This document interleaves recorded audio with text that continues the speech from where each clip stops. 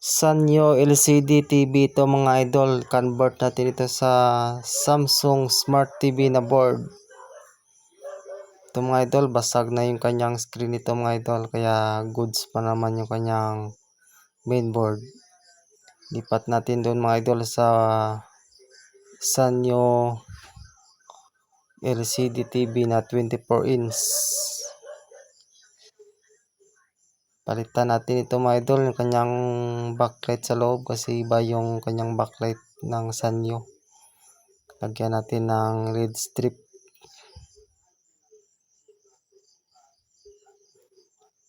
Okay mga idol, titesting na natin. Okay na, umilaw na.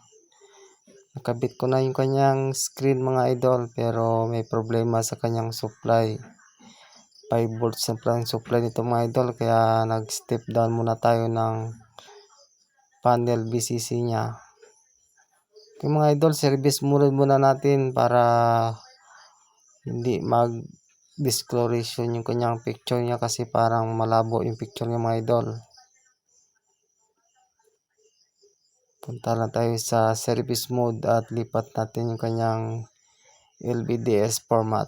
Okay mga idol, pwede na tayo mag-YouTube.